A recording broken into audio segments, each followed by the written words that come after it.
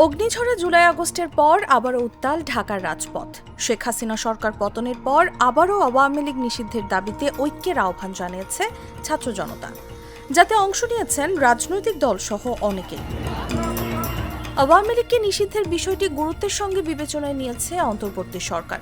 প্রধান উপদেষ্টার press wing থেকে শুক্রবার এ বিষয়ে একটি বিবৃতিতে আন্দোলনে নামা রাজনৈতিক দলের নেতাকর্মীদের ধৈর্য ধারণের আহ্বানও জানানো হয়। এর আগে বৃহস্পতিবার রাত 10টার দিকে প্রধান উপদেষ্টার বাসভবনের সামনে আওয়ামী লীগের বিচার ও দলটির রাজনীতি নিষিদ্ধের সুনির্দিষ্ট রোডম্যাপ ঘোষণার দাবিতে অবস্থানের ঘোষণা দেন এনসিপির দক্ষিণাঞ্চলের মুখ্য সংগঠক হাসনাত আব্দুল্লাহ। পরে আন্দোলনে যোগ দেন এনসিপির কেন্দ্রীয় নেতারাও। রাতভর বিক্ষোভ চলার পর শুক্রবার সকালে সেখানে যোগ দেন জামায়াত ইসলামী সহ আরও কয়েকটি রাজনৈতিক দলের নেতাকর্মীরা। কিন্তু প্রশ্ন হচ্ছে, আওয়ামী লীগ নিষিদ্ধের প্রশ্নে আইনি প্রক্রিয়া কি?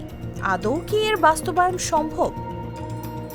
এ বিষয়ে বাংলাদেশ সুপ্রিম কোর্টের আইনজীবী ব্যারিস্টার জ্যোতির্ময় বড়ুয়া কথা বলেছেন সংবাদ মাধ্যম বিবিসি বাংলার সঙ্গে।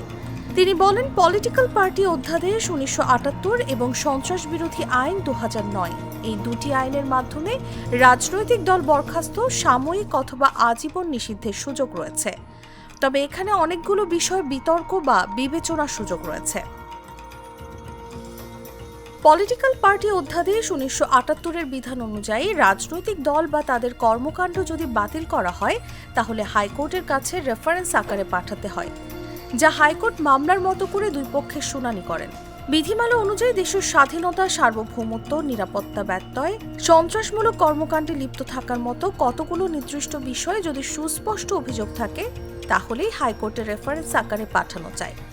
এরপর শুনানি করে যে সিদ্ধান্ত দেন সেটি চূড়ান্ত হিসেবে গ্রহণ করে পরবর্তীতে সরকার তা প্রচার করে।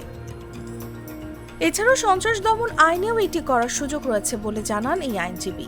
এই আইন অনুযায়ী যদি কোনো সন্ত্রাসী কর্মকাণ্ডে জড়িত আছে, আর্থিক লেনদেন রয়েছে অথবা রাজনৈতিক দলটিকে সন্ত্রাসের মাধ্যম হিসেবে ব্যবহার করা হচ্ছে এমন অভিযোগ থাকে, তাহলেও দলটিকে সাময়িক সময়ের জন্য বা চিরতরে নিষিদ্ধ করার সুযোগ আছে। অবশ্য এক্ষেত্রে মানবতা বিরোধী অপরাধ কিংবা গণহত্যা চালিয়েছে কিনা সেগুলো গুরুত্বপূর্ণ নয়।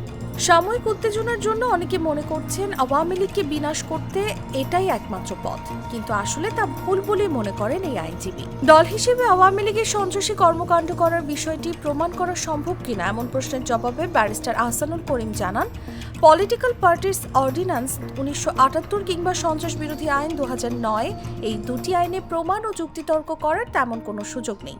সরকারের ইচ্ছার বিষয়টি এখানে গুরুত্বপূর্ণ। পলিটিক্যাল পার্টিস অর্ডিন্যান্সের মাধ্যমে আইনগত কাঠামোয় বিষয়টি সুরাহা আদালতের মাধ্যমে হতে পারে।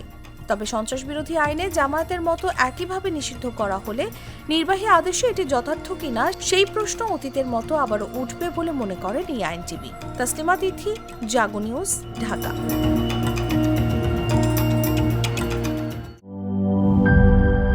একনল হ্যান্ড ওয়াশ 100% প্যারাবেন ফ্রি, তাই নিরাপদ হাতের জন্য আস্থা রাখুন একনলে।